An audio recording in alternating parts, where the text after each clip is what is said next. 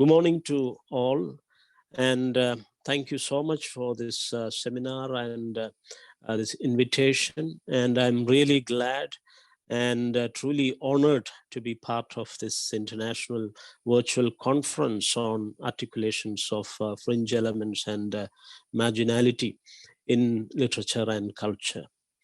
So anyway, respected principal, respected vice principal, the professors and students and researchers of the SB College Changanasheri, and various other scholars and friends and students who have joined this important academic event. Once again, I salute you all. And I express my gratitude to the college, the department, and the people who are here. So once again, with our tribute and homage to the great organic intellectual, the legendary woman who passed away recently, a few days ago, Professor Dr. Gail Ombet, who has pioneered and built the foundations of the Dalit studies and Dalit Bahujan cultural politics in India in an unprecedented fashion, continuing the greater democratic legacy of the architect of our Constitution, Dr. B.R. Ambedkar himself. So we salute Gail Ombet and we remember her contributions, her foundational kind of academic work that has enabled people like us, researchers and learners and students of literature and culture like us, to ponder more on the issue of caste and the caste society, creating critical perspectives on the caste society and the caste system, the Varnashrama Dharma kind of social stratification in India, and find cultural and literary and democratic and academic kind of solutions to those problems, or at least addressing the realities and the problems of our own society. So Gail Ombet has taught us to deconstruct, to question, to challenge, to critically scrutinize and evaluate the sociality of India and the problems of Indian culture and tradition and society in a very peaceful and democratic and academic way. So we salute, once again, we salute that legendary intellectual voice, Professor Gail Ombet. And now let us come to the literature from below, which is nothing but Dalit writing, Dalit articulations of India, which has emerged, especially in the later 20th century and early 21st century, as the major voice from India, the major voice consciousness from India, the major and dynamic and diverse form of writing and literature and cultural production in India. So when we talk about Dalit literature as the literature from below, or literature from the most downtrodden sections of the society, or the people who are disenfranchised by all forms of capital in a traditional orthodox conventional society like India, a society which is marked for a kind of historic inequality, gross social inequality, and political kind of subjugation and subordination, exploitation, marginalization. All these things were associated with the kind of inequality that has been existing in the Indian society for centuries now, for millennia now, at least from the Vedic age, from the Vedic Purusha Sukta, this divided view of society. This divide and rule policy of internal imperialism has its origin in the Hindu scriptures, especially in the Vedic metaphysics, and in the Adiveda called Rigveda. There is a mandala called Purusha Sukta, in which you have this divided view, the stratified view, which is the source of this stratified, graded inequality, which we don't find anywhere else in the world. It's a kind of uniqueness. It's a kind of peculiarity of the Indian cultural tradition. So we need to critically ponder on it, as Ambedkar, for example, who has pioneered the study in an academic way, in an interdisciplinary way, in a multidisciplinary and socially empowering and transformative way, as Baba Saheb, the architect of our constitution, has shown us, has illustrated. We need to indulge from Ambedkar to Gailombet, what they have created. We have to take it as a model and explore it further in order to make our society more egalitarian, more equitable, more ethical, and more transformative and generative in a positive and ethical sense of the word. So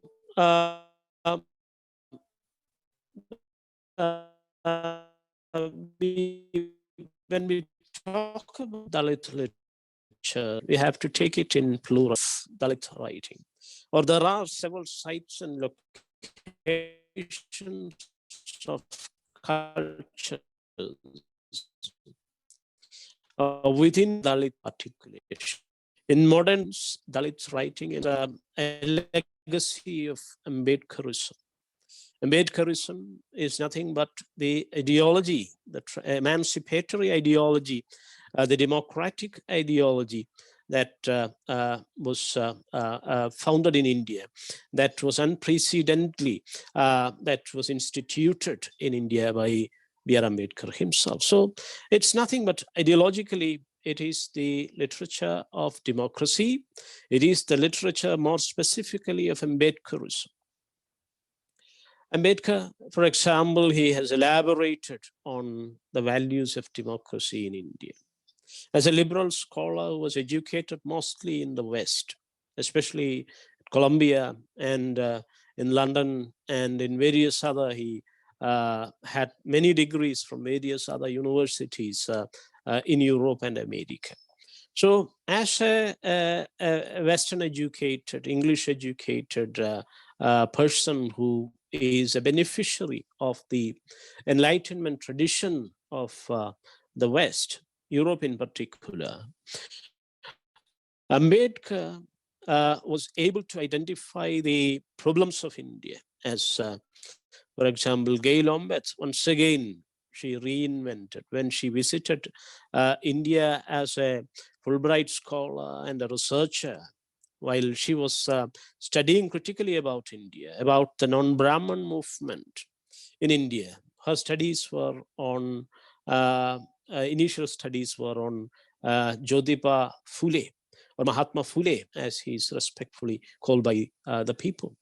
Ambedkar also, after his education, he came back to India and he inaugurated a series of agitations, democratic, peaceful struggles, because even after getting all those degrees, research degrees from the leading universities of the world, he was treated as an untouchable here in India.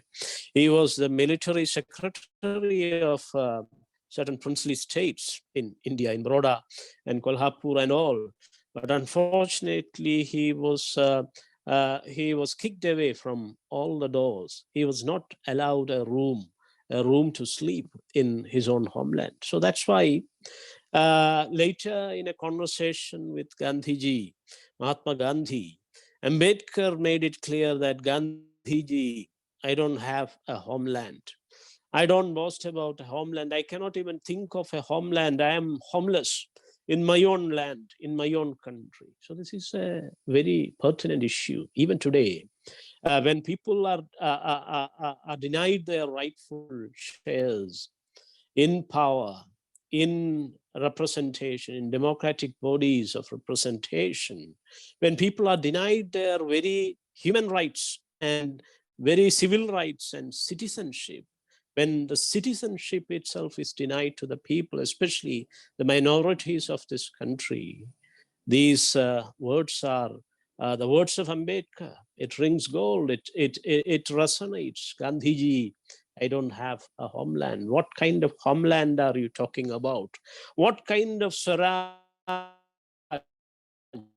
you talking about? What kind of Swaraj are you talking about? Is it a kind of Hindu Rashtra are you talking about? Is it a Varnashrama Dharma regime that we are discussing about while we are discussing about a post-colonial state? So these are very crucial and contemporary and lasting questions that are there in the Indian polity and society, which we need to address at least now, when a lot of jingoistic kind of ultranationalisms have gone into the making of a totalitarian kind of repressive regime, anti-democratic or undemocratic, at least undemocratic kind of tendencies and violent forms of intolerance and material violence itself is brewing in the country, in many parts of the country, especially in the north. The situation is alarming, because even lynching and killing and loot and arson and rioting, everything happening on a daily basis in North India today. So because we have never looked very much earnestly and critically into the kind of social formations that in India, because we have historically ignored the serious issues of stratified inequality, this graded inequality that was theorized by Ambedkar in his multiple volumes, because all these issues were addressed by Ambedkar, and it was he who pioneered the critical writing on it in a transdisciplinary manner, drawing on legal studies, drawing on economics, sociology, history, anthropology, culture, linguistics, and whatnot. So he is an unprecedented model. He is the most unique kind of model that we have today for addressing this graded inequality, this most inhuman form of symbolic as well as material violence in the country that is leading us to the verge of Holocaust and the kind of genocide that are happening, that have been happening in India from the partition onwards. So anyway, in modern times, Dalit writing and Dalit literature, Dalit philosophy is nothing but an extension of the critical writings of Ambedkar on Indian society and polity. But if you look at the longer legacies, the greater genealogies of this critical cultural resistance and cultural politics, as far as people matters and people's cultures, the Bahujans of India matters, the people at the bottom, or the diverse kind of people who are into various castes and various religions and various denominations. If you observe much deeply beneath the surface, it's a tradition, an alternative tradition of social critique that has been here from at least from the time of the Buddha onwards. This has been here. So that's why Ambedkar himself, the champion and pioneer of Dalit writing and Dalit literature, he considers the Buddha and later Sufi poets like Kabir and modern democratic reformers like Mahatma Phule as his teachers. So at least from the time of Mahatma Phule in mid-19th century, time of Western India, Mahatma Phule's movement that mobilized the people against the age-old shackles of internal imperialism, the caste empire in India, because that is the lasting empire. The British Empire was here for only less than 200 years, less than 2 centuries, from 1750 to 1947, less than 200 years. They had a direct rule. They were here, of course, from the 16th and 17th century, and of course, from the beginning of the East India Company. The Britishers and the traders were here, but they had a kind of comprehensive political control and power over the vast territory of India. Even the political unification of India was made possible during the British Raj. Only after the Bengal War and the Plassey War and the Carnatic Wars, in particular with Tipu Sultan, and earlier with Nawab Hyder Ali. So only after defeating Tipu, only after 1792 with the Srirangapatnam Pact, and only after 1799 with the fall of Tipu Sultan, with the martyrdom of Tipu Sultan, they got absolute kind of hegemony. That means in South India, the British control was only from 1800, 1799, the fall of Tipu. That means 1800, and by mid-19th, before the mid-20th century, they exited. They had that huge exit from decolonization from the territory of India. So in the case of South India, British colonialism was only 150 years. Or in the case of India, after the Bengal War, if you count, it was less than 200 years, almost 200 years. And the people have benefited also. The people who are at the bottom, as against the elites of India. The people, the subaltern classes in particular, they have benefited. They are beneficiaries of English education. Despite all the colonial hangovers, we are critical about the colonial baggage. It's a burden, as Gayatri Spivak says. It's a potion as well as a poison. Even post-colonial fashionable critics like Gayatri Spivak, they have articulated the complexity of the hermetic kind of thing of colonialism as a double kind of labyrinth, as a kind of medicine as well as poison. It's a double-edged kind of sword, as Ambedkar had it on nationalism. It's a boon as well as it's a curse. So it's an enabling wound, as argues Gayatri Spivak. So anyway, the people, they had immensely benefited. People like Mahatma Phule got education because he was such a wealthy and prosperous person in Maharashtra, but he was denied the art of writing. He was denied the alphabets because by saying that on Varna and caste lines, it was denied to Mahatma Phule. So he went to the Scottish missionaries, the English missionaries, the Scottish missionaries in particular, and they got him enrolled in the school, and he was given the English alphabets, the Roman letters, and he became a kind of literate person in English language. He was able to read and write, and he wrote about slavery.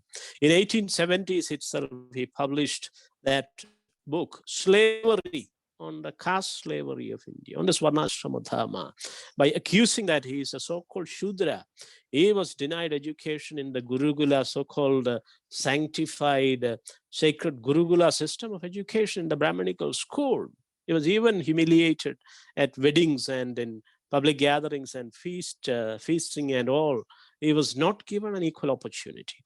He was not given an egalitarian, respectful, humane kind of treatment in any of the social frontiers that he was in. So that's why he collaborated with the Scottish missionaries, and he was also given support, great support by Mr. and Mrs. Sheikh. And Phule, after his own education, his writing of slavery, Gulamgiri, he translated it into, he composed it in Marathi also.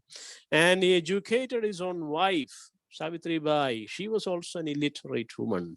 In her youth, she was educated by Phule himself, and she also became a literate person, both in Marathi, in their regional language, as well as in English. And they started the schools for untouchables, The Shudra, that's a category developed by Fule. Shudras and Atishudras, the Chandalas, the so-called Chandalas or Andyajas or untouchables of the Varnashrama Dharma, the Chaturvarnya system of India. So that's how social change began. Gailomet was in search of this social change, the kind of transformation that was made possible by Mahatma Phule, Jyotiba and Tukoba, Tukaram, Namdev, Chokabela, and other great Soirabai and other great Dalit Bahujan poets and versifiers.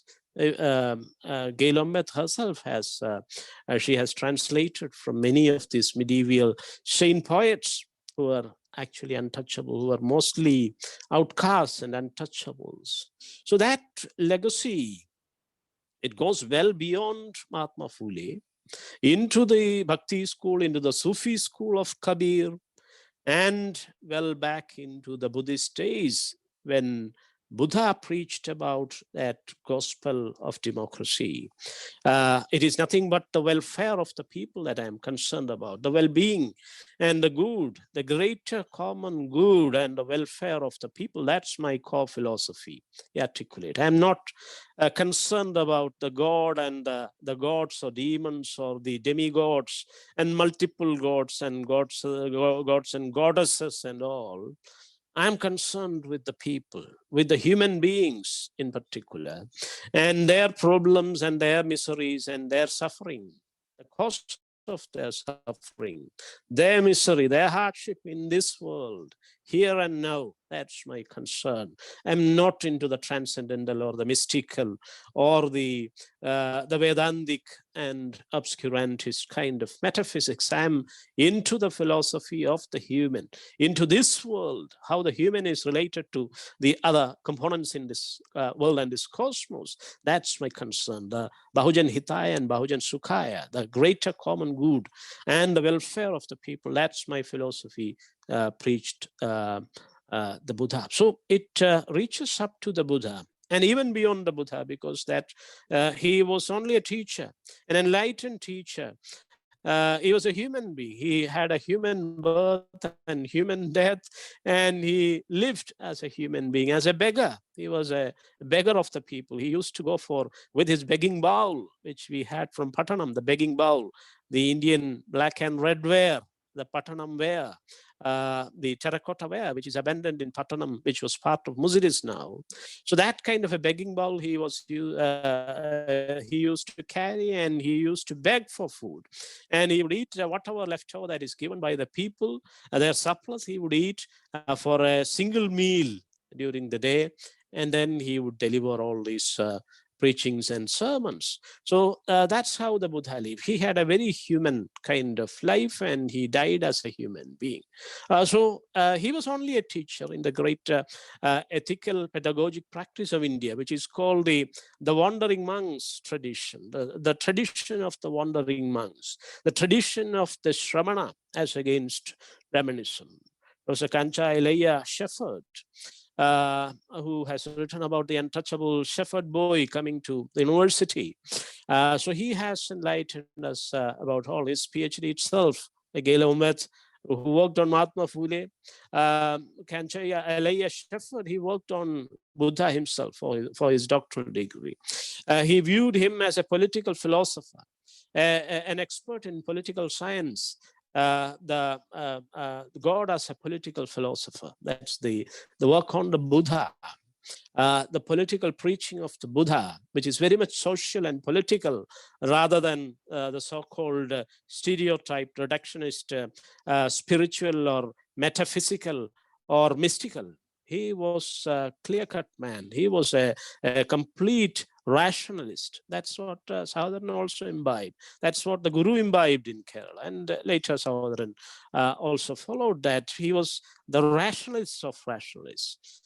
He lived in BC 6th century, almost the time of Socrates, Aristotle, and Plato in the Western world, in the Hellenic Greek tradition. And he talked about the theory of impermanence. That's his key contribution to humanity. The theory of anitya. Anitya, or impermanence. Everything is in flux. Everything is constantly changing. Change is the only reality of the world. There is nothing unchangeable as change itself. Everything changes and everything is interrelated. We are in a web of life. What happens to our neighbors today, it will happen to you tomorrow. What happens to the rain clouds today, it will happen to humanity tomorrow. So that kind of web of intricate interrelationship, the intertwined existence of nature and humanity, and the human condition as it is dependent on the world and the cosmos, and the cosmic elements having changed, and that change is being reflected in all the living beings, including the human, as if in a food chain we are connected and interlinked. That's called the theory of dependent origination. Nothing exists in isolation. Nothing is independent, but everything is interdependent.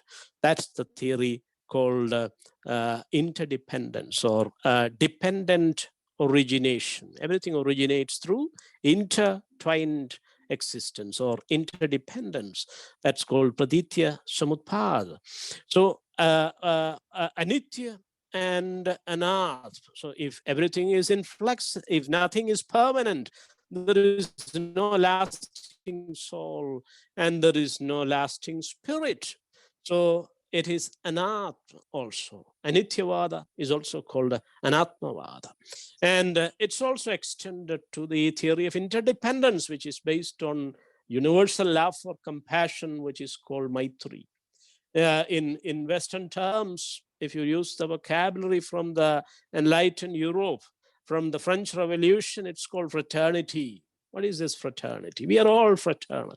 We are not born of one woman or one mother, but we are all soul brothers. Even the Europeans are arguing. So that fraternity is called Maitri. The Mahamaitri and Mahakaruna, Mahamudita, and Mahaprajna, the importance of an ethical intelligence, an ethical intellectualism.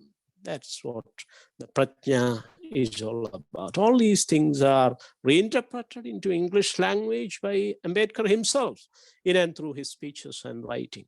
So this is the base of Dalit writing. So it is having one of the ancient legacies in the whole world. It is also on par with the Western metaphysics and the Hellenic tradition, the Greco-Roman tradition that I talked about. I compared the Anitya and Anatma and theory of dependent origination. It's also close to the Jain philosophy of Anekandavada or Syadvada. It is nothing but Anityavada itself. Everything is dependent. Nothing is independent. That is the theory of Anekandavada. Nothing is Eganda. Anekanda means Anekavada. In other terms, it's also called pluralism. Everything can be seen from multiple perspectives. That's what post-structural philosophy, the enlightened European tradition, talks about post-structural philosophy, about the plurality of the world, the changeability of signification, the differing meaning, that is the meaning is not lasting and valid, but is invalid and unlimited. It is constantly changing. The difference concept of Derrida, which elaborates about this plurality of truth, plurality of existence, and plurality of reality. So that is what the Anekavada of the Jains and Anityavada of the Buddhists in India. This is called a Shramanic tradition, the tradition of the wandering monks, the tradition of great egalitarian teachers of India that dates back to the Indus Valley civilization, where we have that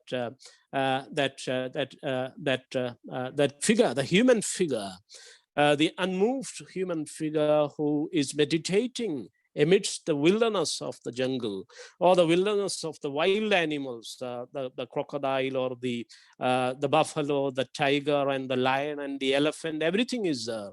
But that human figure in a kind of yogic posture, in a Padmasana like pose, that figure is in deep meditation and introspective kind of thinking, critical thinking, meditation, ethics.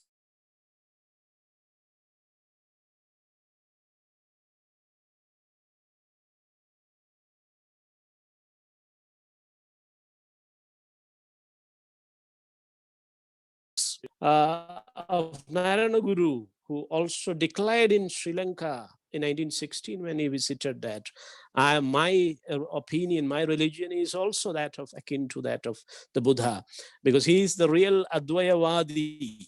That is the synonym of the Buddha. Advayavadi Vinayaka. Dashabalo Shadabhitno Advayavadi Vinayaka. These are the synonyms. There are 18 synonyms mentioned in the Amara Kosha, one of the ancient lexicons in the world, which is considered as a basic lexicon in Sanskrit language and also in the Prakrit traditions. In Amara Kosha, which was composed in early Common Era, perhaps in c. 4th century or the beginning of the 5th century CE, Amarasimha was a Buddhist monk, a Buddhist missionary monk from Sri Lanka.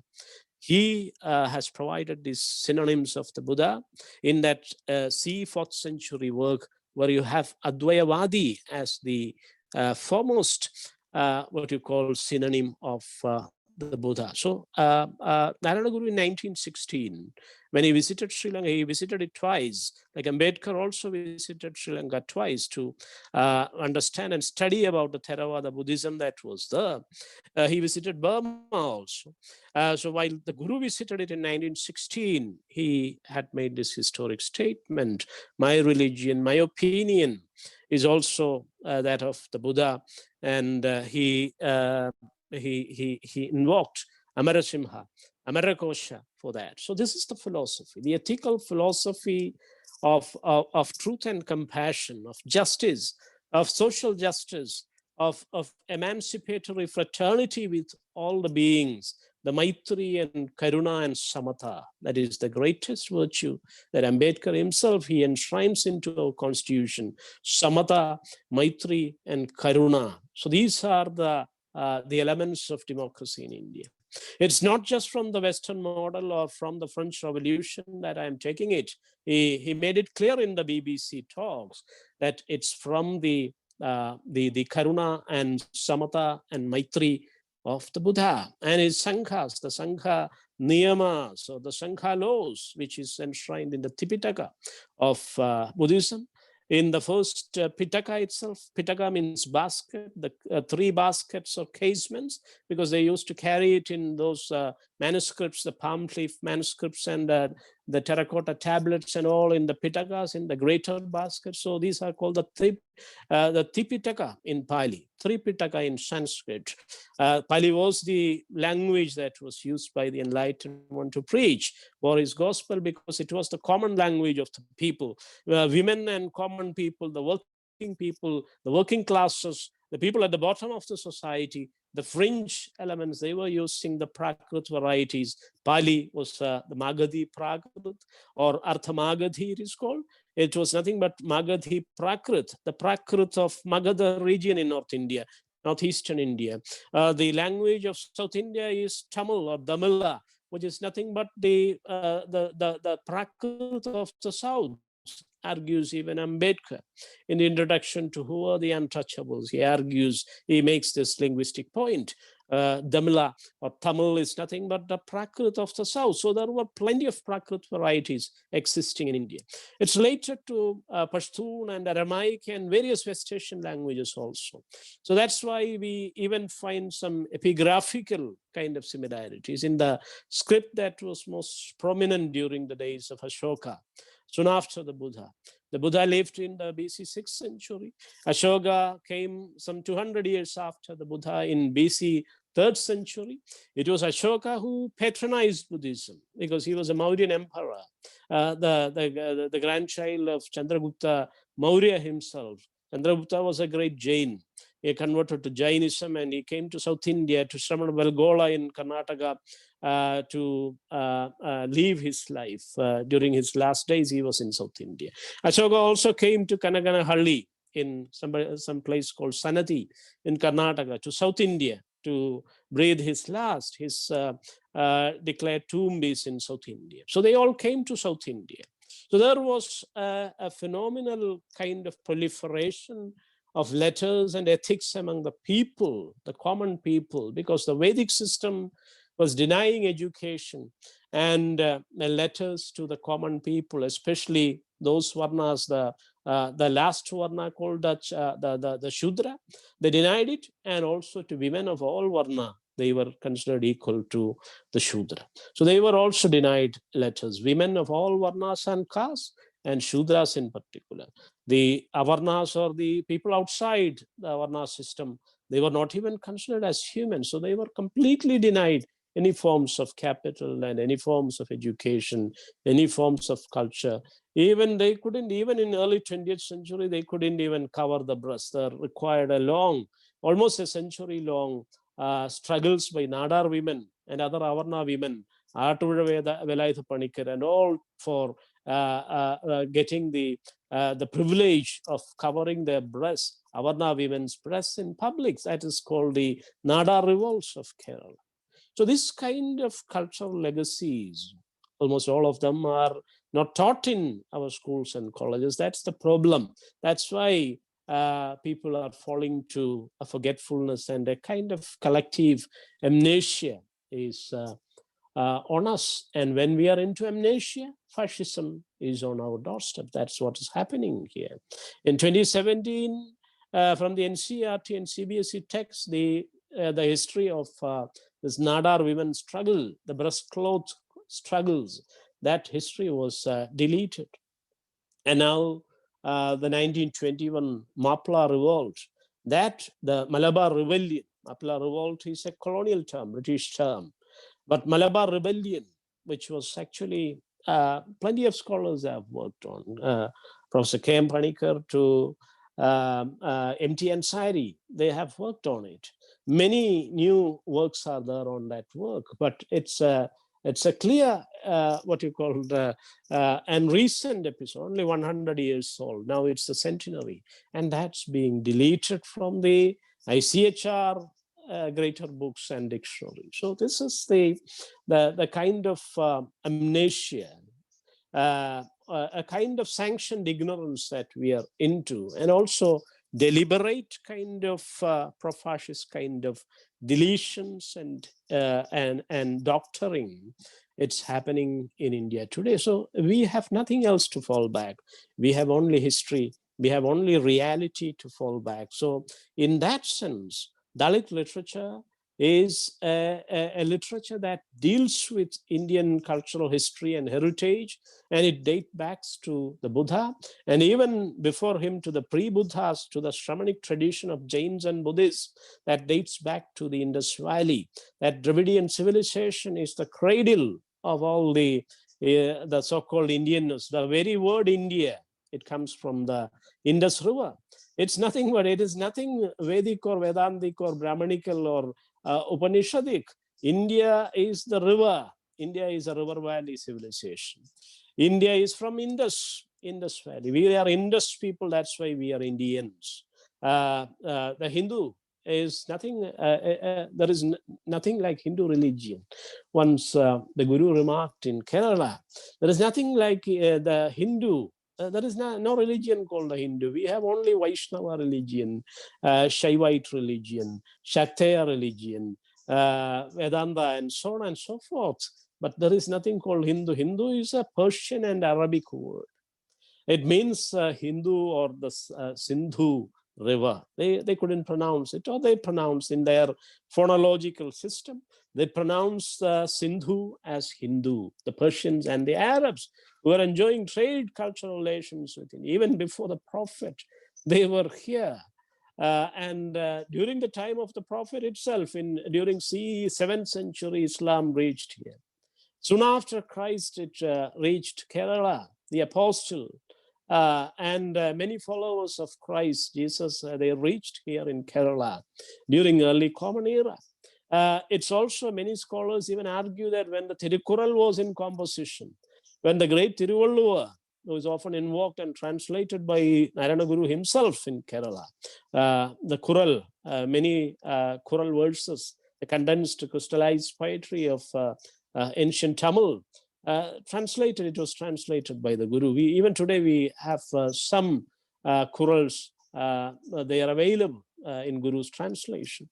So when the Kural was in composition, it is said that Christian missionaries have reached Kerala, and that kind of a compassionate love ethics, it is there enshrined in the Quran. It's not a Brahmanical kind of text. So in the ancient literature of South India, in the Sangam tradition, in the Changam literature and Changam culture of South India, because Kerala was only a Chera land. During that time, it was a kingdom. It was ruled by the Chera prince. That's why in BC 3rd century, Ashoka addressed us as Keraputo. Keraputo means the enlightened people of Kerala, or the Chera people. In other terms, Kera and Chera, they are often interchangeable in ancient Tamil. So that kind of a legacy, which is not taught in our schools, the South Indian epics and literature, the Changam literature, which is from the Sangham, a keyword of the Buddha, again from the Buddha. Buddham, Sangham, and Dhamma. Buddha, Sangha, and Dhamma, these are called the triple gems, the triple asylums, the Trisharana, and the Triratna, the triple gems of Buddhism. Enlightenment through education, and then through organization, you empower yourself, that is Sangham, and then the ethical struggle, that is the Dhammam. So Buddha, the Buddha, Dhamma, and Sangha, these are the ethical principles. The Guru has enlightened us in Malayalam about this. You have to liberate yourself through education. Become free and enlightened through education. വിദ്യയിലൂടെ നിങ്ങൾ സ്വതന്ത്രരാവുക, പ്രബുദ്ധരാവുക.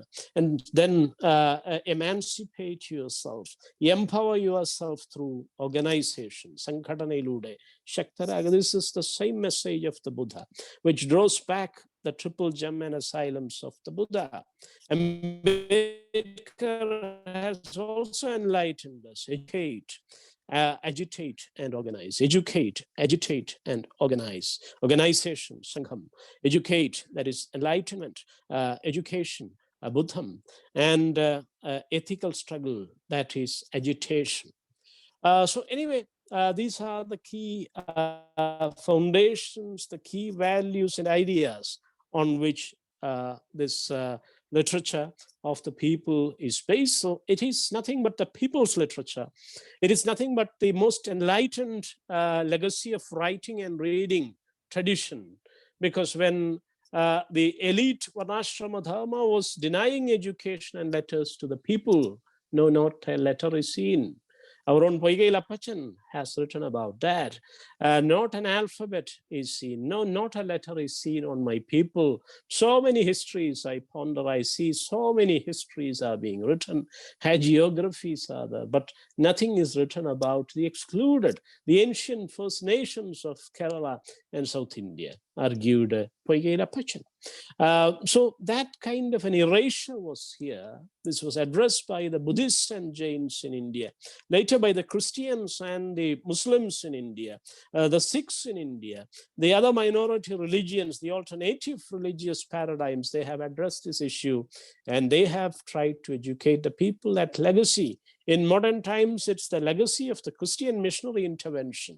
Kerala Renaissance itself is a product of that Western Enlightenment intervention, and the missionary intervention in particular in Kerala. That's why even Narayana Guru acknowledged it by saying that it is the British or the Western modernity that has given us education, the right to education and the right to human rights. They are our gurus, he said. They are our gurus. That is his 1914 statement. In 1914, when the First World War was in the making, the Guru has made this historic statement that it is the British who gave us sannyasam. It is the British, they are our gurus. They are our gurus. He saluted wholeheartedly the contributions of the Western intervention, the Enlightenment modernity, that tradition in particular, and he considered Western metaphysics as his teachers. So that Mahatma Phule, through his work and effort, I have explained earlier how he has acknowledged it. He got it directly from the Scottish missionaries. But remember, Guru was not given English education, but despite the fact that he was not trained in English language, he was not able to read and write in English language, he acknowledged the British or the Western Enlightenment tradition of modernity in particular as his gurus. That is what we need to remember now, especially when modernity is under unilateral attack from various corners of the country.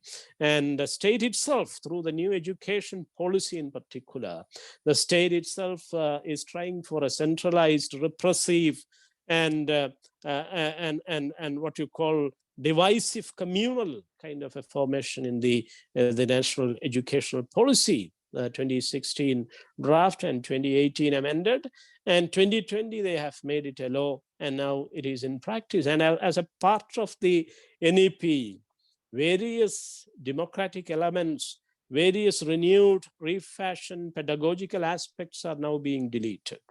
In Delhi University, there is a great struggle going on nowadays, because from the English pedagogy, people, stalwarts, Gyanpith winners like Mahashweta Devi, who wrote about the Dalits and Adivasis, who wrote about this marginal people and the fringe elements of articulation.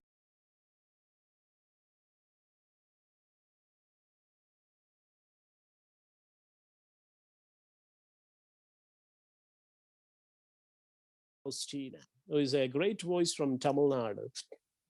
Her autobiographical kind of fiction, it's being axed. And Sugirtha Rani, poets, women Dalit poets like Sugirtha Rani, also under attack and deletion as part of this centralized, more sanitized, more borderalized kind of a new syllabi, which is aiming for a kind of monolithic tradition in India. But unfortunately, all these things are not adequately addressed by the people and people's representatives, and also by the people in the academia. We are not actually discussing about it. We are not actually creating a space for dissent, but we are going with the current. We are not speaking against the current. We are not creating a contrapuntal kind of agitation. From Ambedkar to Edward Said, they taught us, the pioneer of the post-colonial discourse in the academia, the Palestinian-born American scholar. Edward Said, he talks about that contrapuntal reading. If you are into a post-colonial condition, you have to address multiple issues of marginality, not just British colonialism as the main thing. But also, you need to think about the internal imperialism also. So internal imperialism, I mentioned about British colonialism as being only 200-year-old kind of an external imperialism. Of course, it was imperial, it was colonial. We need to resist, and we need to deconstruct, and we need to critically reject all those colonial baggages. But at the same time, as I told you, since the people at the bottom, they benefited it, from Mahatma Phule to women like Savitribai Phule, to Pandita Ramabai, Tarabai Shinde, to all those Indian feminists and Indian Dalit Bahujan feminists like Sharmila Rage and Anupama Rao and all Abhinay Ramesh and all. So Dalit Bahujan feminism is also a broader category today. We are talking about that. Dalit feminism and Dalit Bahujan feminism, along with the LGBT kind of Q movement and all. So that kind of a legacy, it's not often addressed, and it's not often included adequately in the syllabus. And those little things that have been included in the syllabus, in the curriculum and co-curricular framework of higher education, it's under serious threat today, because we are not adequately pushing ahead with representation, and we are not actually resisting the kind of exclusionary and divisive kind of nationalist kind of agendas in the making. So we have no option left but to voice the unrepresented, to voice and articulate the not adequately represented. We have to push ahead with this thing. We have to collectively resist this kind of centralization and communalization and monopolization, over-representation and monopolization, which is against the very basics of our constitution itself, through legal and also social and literary and cultural kind of agitation. So I was just making a broader perspective, or just sketching the outline of Dalit literature and its ancient origins in Buddhist literature. Some have identified Buddhist literature as anti-caste literature, as anti-literature, anti-Chaturvarnya literature. Dalit literature has its origin in Buddhist literature because the word was in fashion in the 19th century. In the 1930s, English dictionaries, the word is there, especially in the 1830s dictionary, Marathi English dictionary by J.J. Molesworth, for example, a British officer. You have that word, Dalit is there. So it was in vogue during the days of Mahatma Phule. It's for certain people like Pradipan Pambarikun and many other scholars, those who have researched on it as part of their doctoral and postdoctoral research, they have identified it as there in the 19th century. Phule using it. Ambedkar mostly used the term in English. He wrote mostly in English and published it for the global audience. That's why he used untouchable and the depressed classes. And later, after in 1936, when the colonial regime accepted the term scheduled caste, he used that one too. Well, because he mostly spoke and wrote in English language, he used the untouchable. But he was also, whenever he spoke in Marathi, he used to make Marathi speeches also. Gailomet was also able to make Marathi speeches. Even her daughter Praji speaks in Marathi language.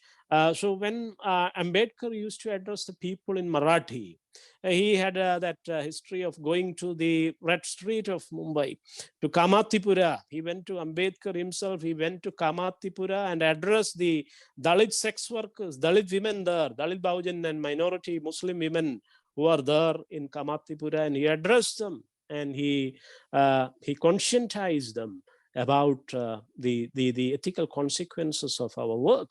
So he had that great public speech that was delivered in Marathi. So perhaps we don't have the audio record, but still the researchers are arguing that the word Dalit, which is there in Sanskrit, in Marathi, in modern Marathi, and in many Prakrit and Abhabhramsh languages, it is there.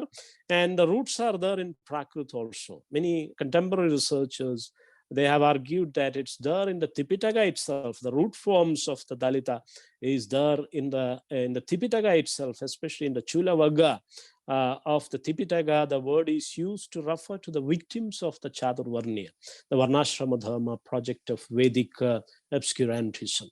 So it's an ancient word. It's a word of self-respect. That's why they have rejected the Harijan of Mahatma Gandhi, because that was a contemptuous term, derogatory term used to refer to the children of the Devdasis in the Vaishnava Brahmanical shrines of Gujarat. So that's why when Gandhiji used that term, they outrightly rejected it. So they have adopted it as a self-respectful term to show that historical exclusion, the experiences of inequality, the denial of historical shares, crushed, broken, trampled down. That's the meaning of the word. So that word, it became a fashionable keyword after Ambedkar, especially in the 60s and early 70s in Marathi language. In modern Marathi language, it became a key term, and also Dalit Sahitya became a dynamic new form of expression from the excluded in Marathi literature. Bandhu Madhav and Lakshman Mane, Lakshman Gaikawad, and all those people, they began to write about the Dalit autobiographical experiences. The new Dalit fiction was created, autobiography fiction, but it's also the organic biography of the community, not just the neo-Buddhists and Dalits in Maharashtra who followed Ambedkar, who abandoned the religion of caste. The 1956 conversion speech at Nagpur, in the Diksha Bhumi of Nagpur, right under the nose of the RSS. Ambedkar declared that now I am a relieved person. I feel I am relieved from the hell of caste. And now I have fulfilled my promise also. In 1935 itself, he made it clear that I was born a Hindu, it's not my fault, but I will not die one. And he fulfilled it almost after 20 years in 1956, during his mass conversion, along with almost 6 lakh followers, 5 lakh there in Nagpur, and in Chandrapur the very next day. It was the Ashoka Vijayadashami, the day of the conversion of the great Mauryan emperor, Ashoka himself.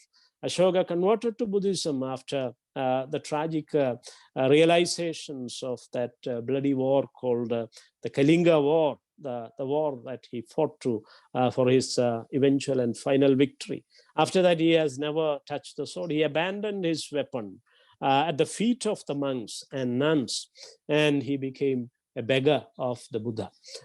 He also took that begging bowl and resigned to that kind of a solemn resolution of the ethics of Dharma. Ever since he was only preaching the Dharma, he became a Dharma Shoka. He was a Chanda Shoka, a bloody, cruel Hindu to begin with. But after conversion, he has adhered to the Panchashila and the Ashtanga Marga, the Eightfold Path and the 5 precepts of the Buddha, and he has never harmed a living being afterwards. And he had done a lot of charity work, a lot of missionary work, and his own daughter was sent to South Asia and Sri Lanka, and Sanghamita went and proselytized these regions, including Ceylon. And Radhapura was created into a civilizational city by taking that Bodhi tree, the sapling from that Bodhi tree from Gaya, by Sanghamita herself. Anyway, that kind of a legacy, that kind of a long legacy, that kind of an enlightened Indian legacy, from the Indus Valley to Buddha to Ashoka to Kabir to Phule to Ambedkar, that is there at the bottom of Dalit literature. So it is actually the people's literature, the democratic literature, the ethical cultural force, the ethical cultural legacy and genealogy in this country. And it is to become, it must become the mainstream kind of sensibility, literary cultural sensibility in the country. Only when the academia and media will accept it, then only the people, the common people may get into it. So after Ambedkar, in Marathi, it flourished. And you have the Dalit Manifesto, the subversive poets like the Dalit Pantha group, Namdev Dhasal, Arjun Kamble, Raja Dhale, Daya Pawar, Urmila Pawar, and plenty of Hira Bansode, plenty of people, plenty of poets and fiction authors and essays, women poets like Urmila Pawar and Hira Bansode, and so many, so on and so forth. It was a flourish in Marathi. From Marathi, it went to Hindi. We have many writers, Om Prakash Valmiki, and we have Valmiki himself writing both fiction and non-fiction and theory. Even Dalit Sahityika Saundarya Shastra, an aesthetics of Dalit literature, it is written both in Hindi by Om Prakash Valmiki and in Marathi, originally by Sharan Kumar Limbale. They have written, professor of Marathi, Limbale has written that book. It is also available Orion Black Swan, they have translated it. And the English version, Towards an Aesthetics of Dalit Literature, that's also available. And from Marathi, it went to Hindi, from Hindi to Bangla, and to Andhra, Telugu literature, to Kannada literature, to Tamil literature, to Malayalam literature, everywhere, in Odia literature, everywhere, even in Kashmiri and Bengali and Odia. we have a Dalit stream today. So it's not a monolithic kind of literature. It is a diverse and dynamic, discordant kind of literary flourish or plurality that we see in Dalit literature today in India. It is the most dynamic and diverse and happening literary space in the country today. And also in the diasporic communities in the Southeast Asia, in Australia, in Canada, in other places, wherever you have the Indian diaspora, you have the Dalit stream also. Shobha Shakti and others, they are in Paris. So they are writing from Paris. So it's a global phenomenon also. And also they are able to relate to the other outcasts of the world. Even in Europe, in the Enlightenment Europe, we have the untouchables, the Roma, the Romani, the Gypsy people, the people of Gypsy descent. They are considered as untouchable, lesser citizens, less humans or subalterns. So they call themselves the Roma Romani, or they are called the Roma in Europe. The Roma in Europe. Even in Buddhist, Mahayana Buddhist countries like Japan, you have the untouchables. You have the Burakumin, They are considered those who are into leather industry, and they are the Aboriginal, the ancient First Nations of Japan. The Aboriginal people, they are considered as untouchable and uncivilized. Like the Adivasis of India, they are looked down upon by the elite culture. Though it is Buddhism there, it's a kind of Tantric and Mahayana kind of liberalized Buddhism, which has almost become a kind of Brahmanism in many parts of the world, not everywhere. They are having their own untouchables, their own demons.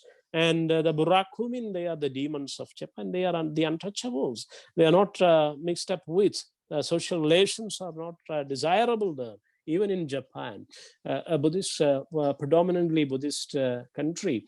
But they are able to imbibe, and they are able to relate to the ideology of Ambedkar.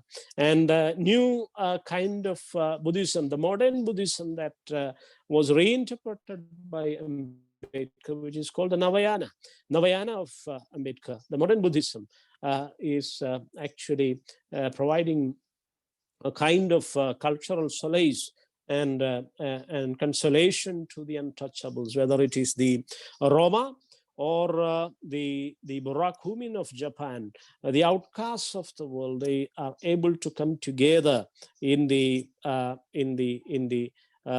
cultural space of the modern Buddhism and the new democratic cultural politics that is initiated by Ambedkar himself. So in South India, we have a long, let us come to the second part of the essay, this discussion now. Now we have seen the ancient trajectories and the modern rise of Dalit literature in Prakrit, in Pali, and in modern Marathi, and then spreading to various modern living languages, or the Jival Bhashas, or the Bhasha, which is a category popularized by G.N. Devi. We need to remember G.N. Devi also when you talk about Bhasha. And the Bhashas, they have had this, they have hosted the Dalit literature in their own spirit and their own cultural locations. And again, if you take the example of G.N. Devi, he was the one who talked about recently. When he visited Kerala, he spoke about the great southern way. It's called the Dakshinayana. He has talked about the Bhasha, the Sanskrit and Bhasha kind of analogy. And also now the new concept is that of Dakshinayana. Dakshinayana is nothing but the southern way, the southern legacy, the South Indian legacy. I told you about the great Chandragupta Maurya, the grandfather of Ashoka himself, coming down to the south to leave his life. Nothing became him as the leaving it. It's true. It's a Shakespearean kind of adage, but it's true regarding the great Mauryan emperors of India, who were Buddhist emperors, Jain and Buddhist emperors. Grandfather Chandragupta was a Jain Muni towards the end. He had his Vatakirikal, that means dying without even water, or just water and sunlight. They will die. They avoid all forms of food and clothing, and they will sit looking at the sun and they will die. That's the Vatakirikal or Saleghana, it's called in Jain terminology. In Jain Prakrit, it's called Saleghana. So Saleghana, he practiced. And Ashoka also came to Sanadi in South India. Perhaps his tomb is there because it's all ravaged and lost and done with. Even the Bodhi tree at Gaya, it was completely gone. And it is a Christian man called Sir Alexander Cunningham, the major founder of the Archaeological Survey of India. During the colonial days, because of colonialism, all the Buddhist heritages and archaeological sites are recovered. So Alexander Cunningham, who nurtured that Bodhi tree back into its full glory. Now we can go to Gaya or Anuradhapura and see the Bodhi tree.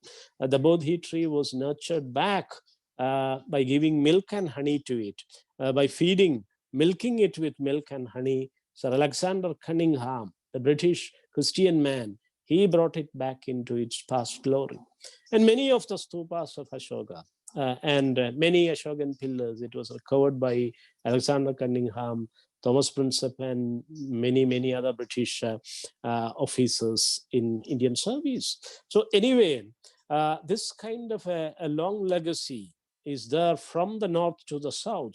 Chandragupta came to south, Ashoka came to the south during the last days. So that kind of G.N. Devi, also the great Indian literary critic and literary historiographer and an expert in linguistics and all, the English professor, he came to South India and he declared that the North has lost the battle, and it's now the time for the South Indians. It's the Dakshinayana, the South Indian way, because we were exposed to the gospel of the Buddha, and we had the long legacy of the Changam literature. The Changam literature is the creation of the basic communities, the Paraya, the Kurava, the Pulaya, the Valluva, the Pulaya, and all those, the Pana. They were all the Vagayakaras and versifiers and composers and poets and wandering minstrels during the Changam age. Caste and Varna, these were unknown to us. Jati and Varna, these are Sanskritic words that reached here through the establishment of Brahmanism only after the 8th century CE in South India.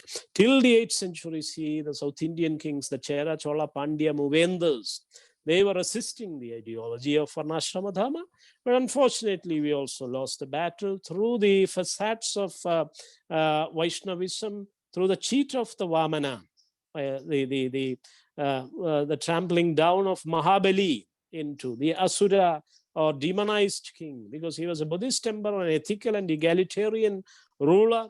He stood with his word and he was a man of charity. So that charity is a spirit of charity and word. It was misused against him by the cunning, covetous Brahman dwarf called Vamana. That's what Sahodaran has written in Onapattu. Vamanadarsham vedinyidenam, Mabali Vacha Varutidenam. Let us leave the ideology of Vamana, the Vaishnava Brahman dwarf, and let us regain and recover the just egalitarian ethical legacy of Mahabali, the just ruler of the people. That's what Sahodaran has sung in his song of Onam. Onam, which is still celebrated as the national festival of Kerala. It's actually about that Shramanam. Onam means Chamanam or Shramanam, the lost Buddhist legacy. And Mahabali was nothing but a leader of the people, a Paraya emperor, who was a Buddhist and egalitarian just ruler, for that he was pushed to the nether world, to Patalaga, or Patala, or Putaloga, or Buddhaloga by the Brahman dwarf. So that legacy we have the Shramana or the Sangham legacy, and we have that South Indian legacy of the great Tamil epics, Chalapadikaram, which is a Jain epic written by a Kerala prince, the younger prince to Cheran Chenguttuvan, the younger brother, Ilanko. Ilanko means the younger prince. Ilankon, Kon means the king, the prince. So Ilanko has written In Madilagam in Kodungalur, in Vanchi Nagaram, in Muziris in Kodungalur, he has composed that in the Jain Palli.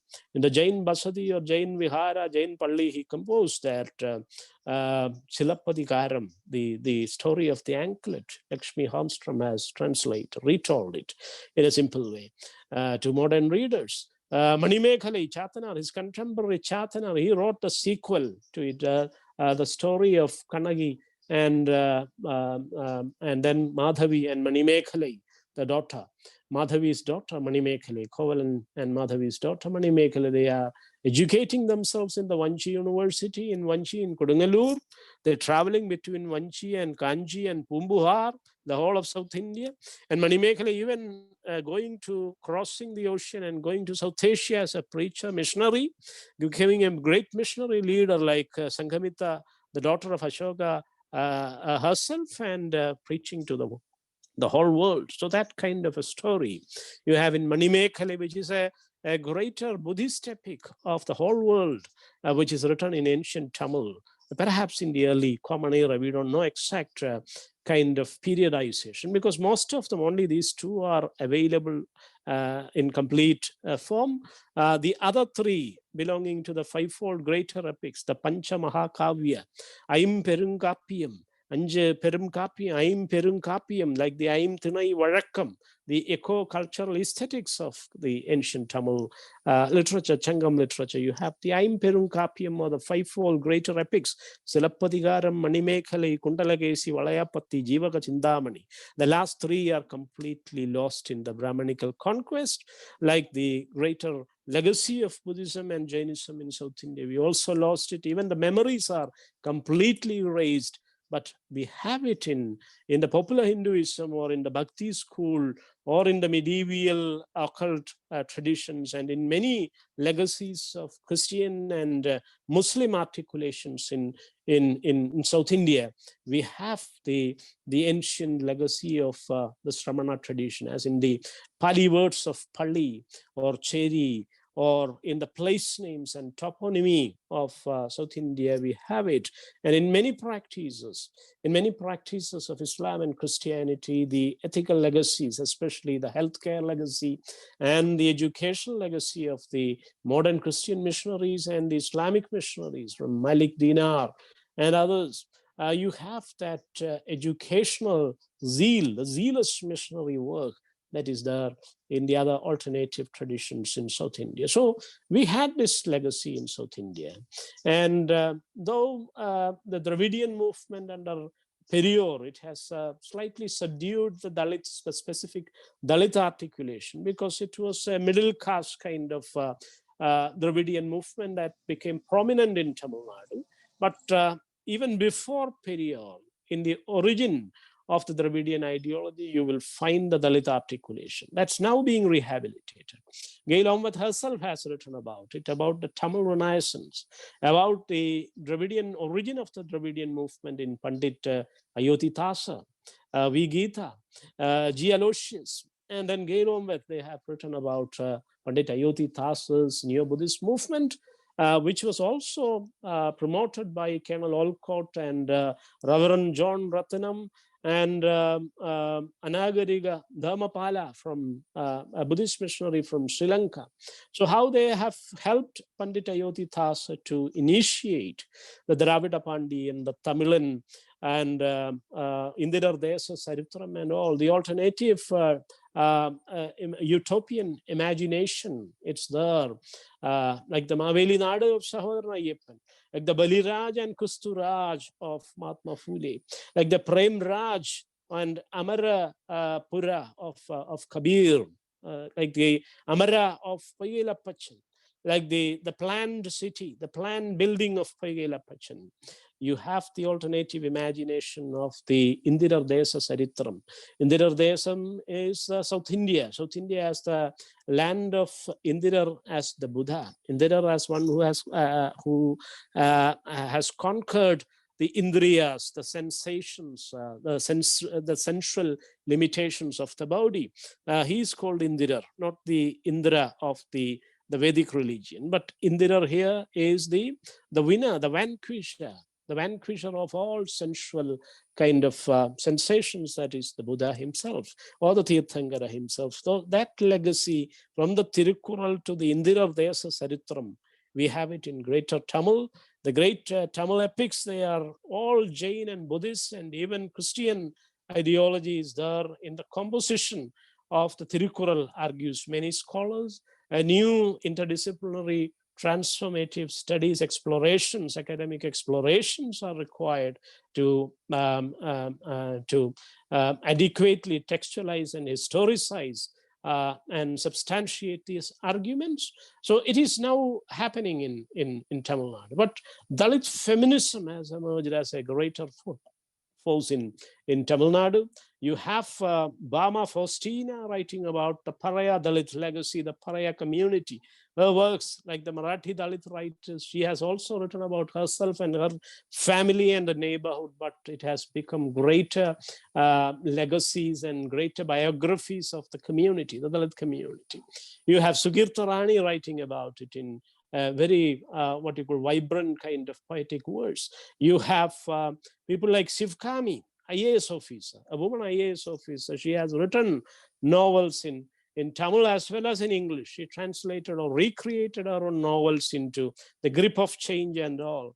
Karuku and Sangudi by Bama. So all these Dalit feminism has emerged, has come of age in a language like Tamil, both in Tamil as well as in English translations. We have real original writers like Meena Kandasamy, poets and fiction authors. She has written and published multiple volumes of poetry, Touch and Miss Militancy and all, and also new novels in English language, like that Gypsy Goddess. She has written that novel about the Kilvenmani caste killing, brutal caste massacre that happened, about a real episode in Tamil history.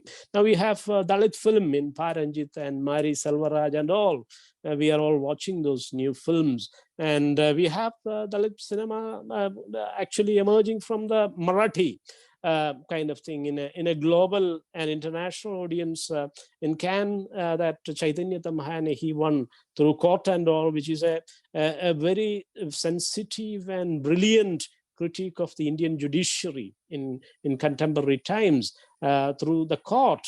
Chaitanya Tamhane has received accolades from Cannes and the international audience of cinema. So Dalit cinema, Dalit visual art, Dalit painting, architecture, and graphics and novels and comics and many things are now emerging. Dalit cultural politics is emerging in a very plural way on a pan-Indian and global kind of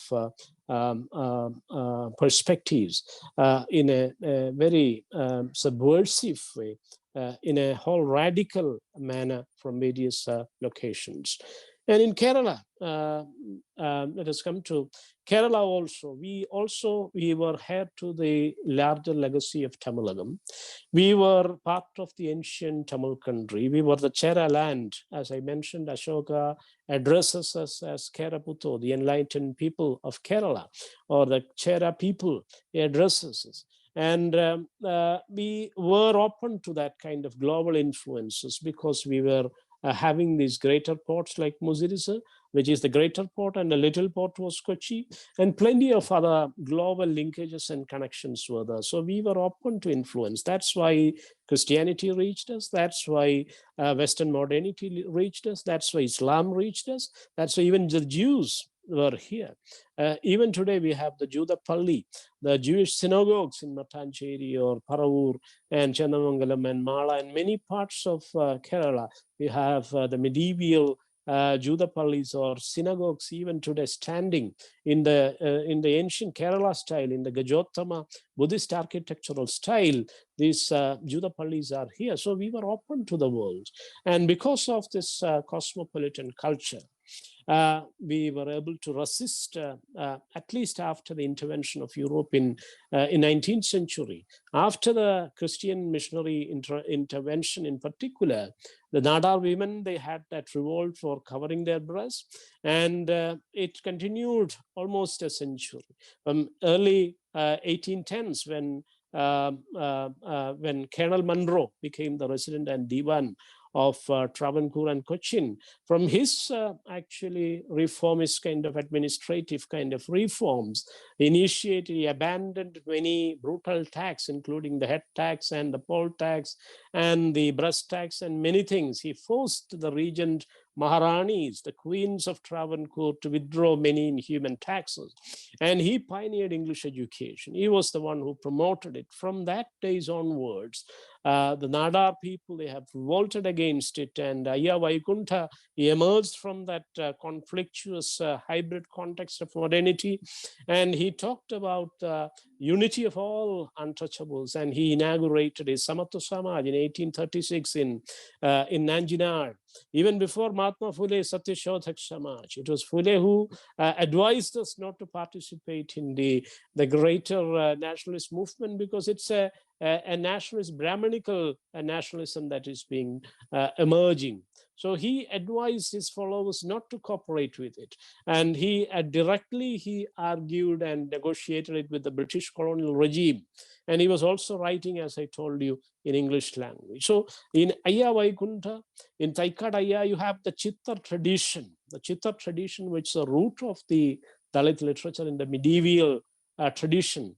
In Kannada, it is the Vajana tradition. Kakaiya and Chennaiya, they were Vajana poets. They were untouchable, cobbler kind of people. And later they were accepted as saints in Vaishnavite tradition, Bhakti tradition. But during their lifetime, they were untouchables. So from the 11th century, early Vajanakaras in Kannada, from the middle-aged from the Middle Ages, the Chitta tradition or the Siddha tradition, which is a combination of Shaiva Siddhanta, Vajrayana, and Jain medical ascetic tradition. The Jaina Siddha tradition is there, the Shaiva Chitta tradition is there, the Vajrayana Buddhist tradition of Siddha, it is also there. It's often a pluralistic and hybrid mixed kind of legacy. This was imbibed by Pandit Ayodhidasa. His grandfather Kandappan, he was having many manuscripts about the Chitta medical tradition. They were Chitta medical practitioners, physicians, Vaidyas, Chitta Vaidyas in that region of Tamil Nadu. So that kind of traditions have given Ayya Vaikuntha, the Chitta tradition. Even Naranaguru has imbibed it. Pambati Chittar from Agathir to Pambati Chittar, even they have in some of, there are several versions of the Chitta. In some counts, even Patanjali is included in the Chitta tradition. There are greater hybridities and mixing in that legacy. But anyway, you have even Naranaguru, he modeled the Chitta tradition in Pambati Chittar. His Adu Pambe was actually called the Pambati Chindu.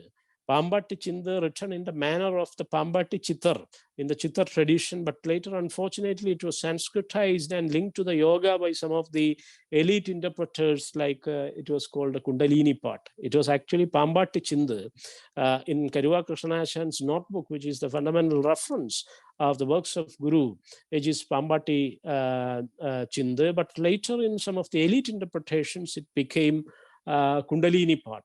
So anyway, I was just mentioning about the importance of the South Indian Chitta tradition, which is a combination of Vajrayana, the Jain Siddha tradition, and also the Shaiva Siddhanta kind of South Indian legacy.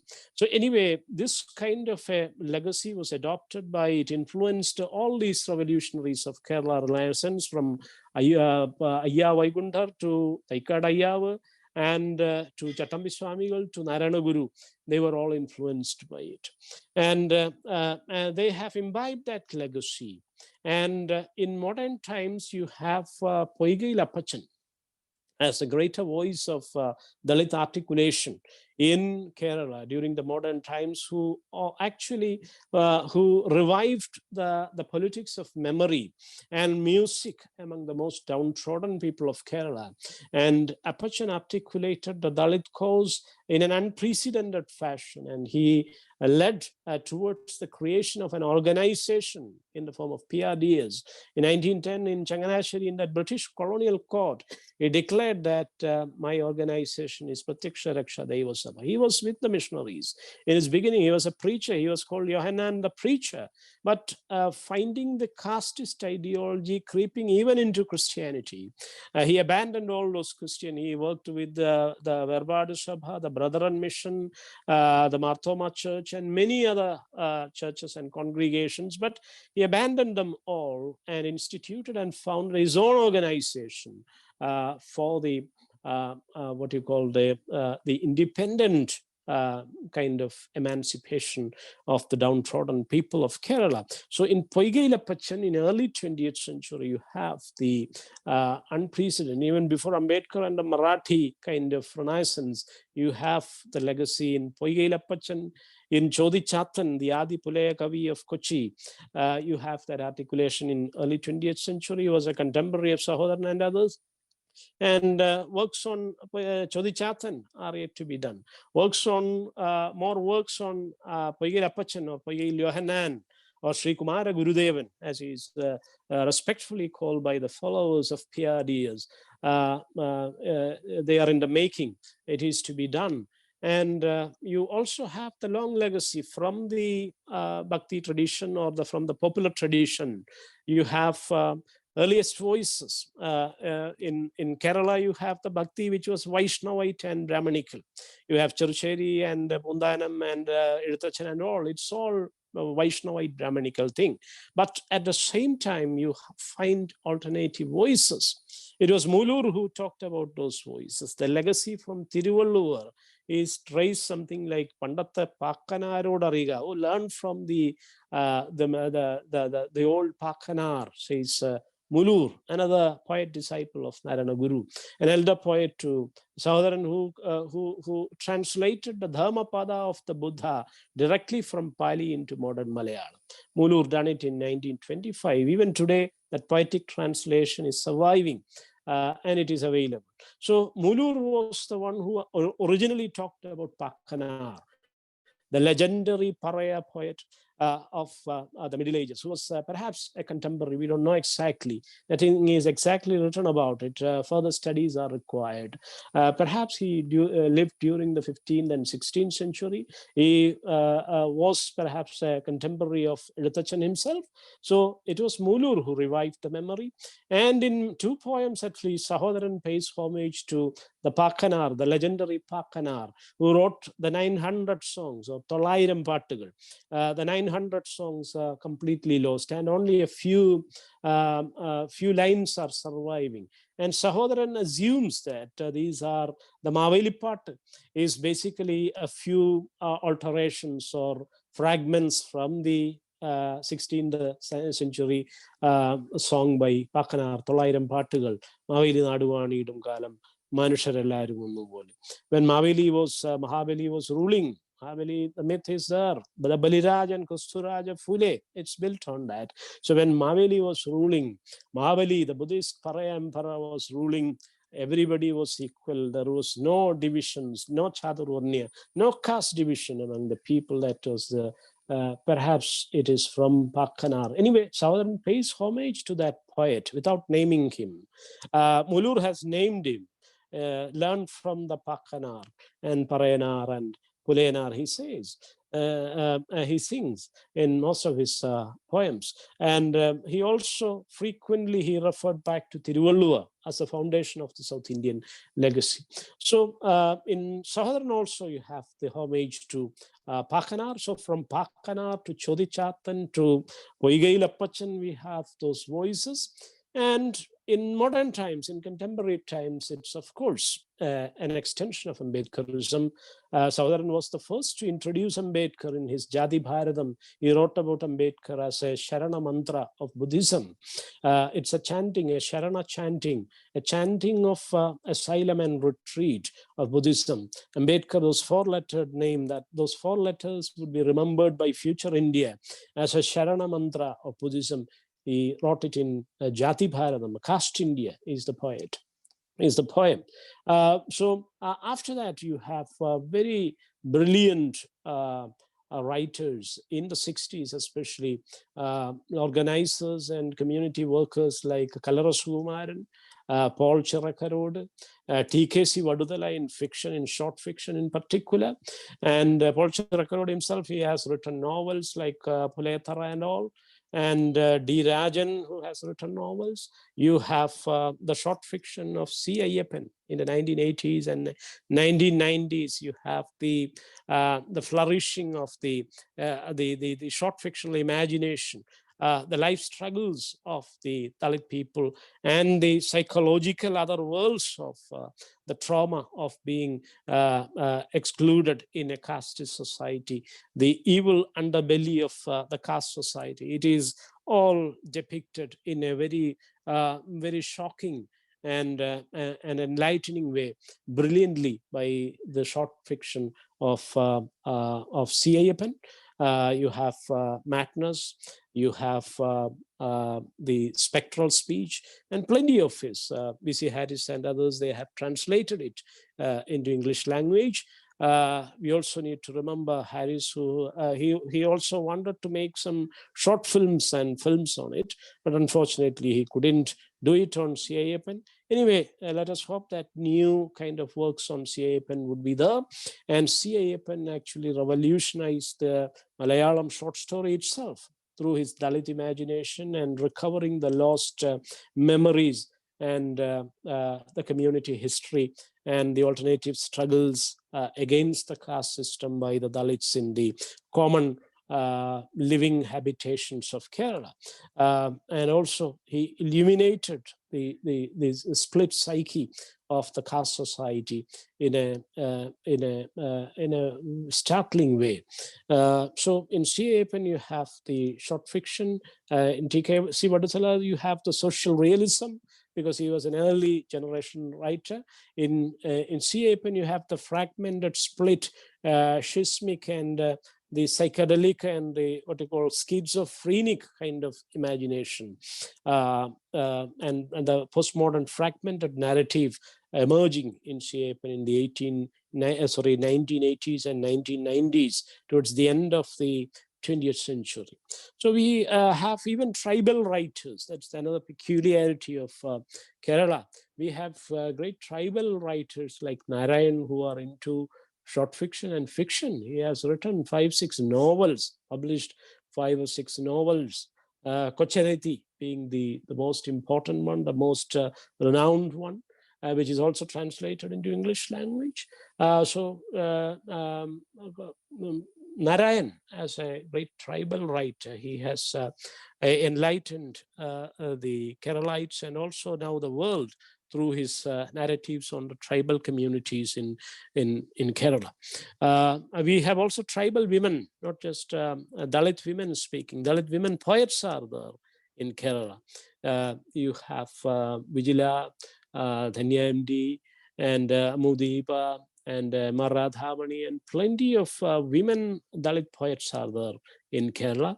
And also we have tribal women writers are there. C.K. Janu has written about her. She has told it to others, and they have written it down.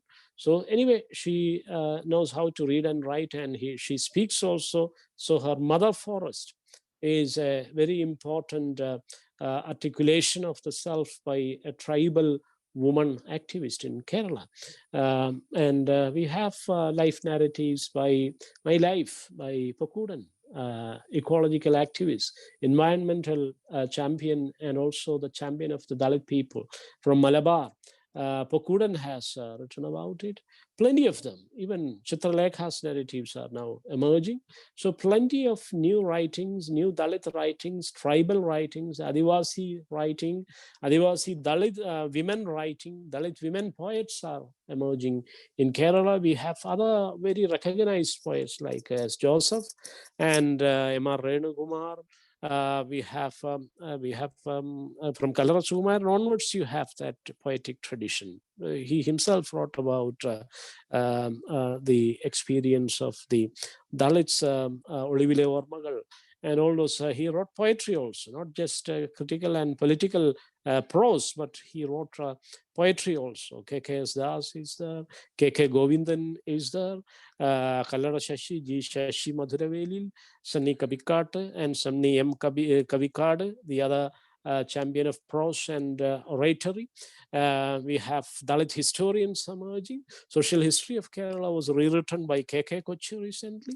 Is the Dalitan, the autobiography of K.K. Kochi. He was also recently awarded with the Sahitya Akademi Lifetime Achievement contributions, and many other writers like M.B. Manoj from the academic world, prose writer and poet and critique and teacher, Dr. M.B. Manoj, and M.R. Renukumar, Binu Pallipadu, C.S. Rajesh, S. Kalesh, plenty of such vibrant poets and prose writers and short story writers and even playwrights like Samkuti Patangari, the playwright. They have emerged. So we have a range of expressions within Malayalam. You have a diverse and polyphonic range of writers in Kerala, and also many anthologies have emerged. You have the Penguin Anthology and the Oxford Anthology now. The Penguin Anthology, edited by, which appeared first in 2010, I think. It was done by, edited by Susi Tharu and K. Satyanarayana. No alphabets in sight, from the expression of Pagilapachan, Kanuniluraksharavum, and the Vamshattapati. No alphabet in sight, Katharine Tangama's translation. So Susi Tharu and K. Satyanarayana, they have edited that anthology about South Indian New Dalit writing from South India, Penguin. Second edition on Kannada and Telugu, from those stubs, steel nips are still sprouting. That's a dossier 2. That's there. And Oxford Anthology in 2011, the Oxford Anthology of Malayalam Dalit Writing emerged, which is edited by Professor Dr. M. Dasan, V. Pradibha, the late Pradibhan Pambarikunna, our colleague, Pradibhan, who has written that Dalit Saundarya Shastram in Malayalam, and plenty of other. His PhD onwards, it's all on Dalit literature. So Pradibhan Pambarikunna and C.S. Chandriya, they have combinedly edited that Oxford Anthology of Malayalam Dalit literature. And Ravi Kumar, the great publisher of Navayana, Ravi Kumar and Professor R. Azhagarasan. Ravi Kumar and Azhagarasan, they have professor of English from Madras University, Professor R. Azhagarasan, they have combinedly edited the Dalit Anthology, Oxford Anthology in Tamil. So plenty of anthologies have now come, and plenty of theoretical works. Susi Tharu, Satyanarayana, The Expression of Freedom, Introduction to Dalit Literature, Towards an Aesthetics of Dalit Literature, that's by Sharan Kumar Limbal. In Kerala, Pradibhan has written the same thing, Dalit Sahitya Saundarya Shastra. Dalit Saundarya Shastram by Pradibhan Pambirikun. Plenty of such things. We ourselves, M.B. Manoj and Dr. George Alex and me, we have combinedly created an anthology in 2009 itself, which was the pioneering one for Vikas Adhyan Kendra. That is the Writing in the Dark, selections from Dalit poetry in Malayalam. Which was translated by me. And also I got the opportunity to translate some of the songs of Paigilappachan for PRDS itself. It's available with PRDS. And many such anthologies have emerged, and many critical and theoretical works are now also into the field. So now it has become a complete academic kind of field. Dalit studies and Dalit literature, or Dalit literatures in plural, most appropriately, must be seen as a vibrant academic field today. And it is the most dynamic and democratic stream which represents the real majority of people, which the real people at the bottom of the society, the toiling masses of our society who are excluded, but their voices are making it a mainstream thing. And it must be made into the center stage. And we need to defend it also, because when from the statist forces, from the forces of centralization, when the articulations which are only emerging, which have only emerged, which is only in the making, it has just emerged. So in the very first initial stage itself, the buds are nipped, and that kind of aggression, that kind of anti-democratic, hegemonic kind of aggression must be resisted by the academic world, people who believe in democracy, people who want to make India a democratic and secular and modern state, to survive as a modern democracy. We need to defend the voices of critique and the voices of dissent, and that is the true spirit of democracy. And Dalit literature is nothing but a democratization of culture, society, and literature from below. I thank the department and college and my dear friends and colleagues in the institution there, and your patience for listening to this broader kind of perspective. And I once again thank each one of you for this opportunity. I now close here, and I'm eagerly awaiting your responses and reactions and comments and suggestions to this topic. Thank you very much.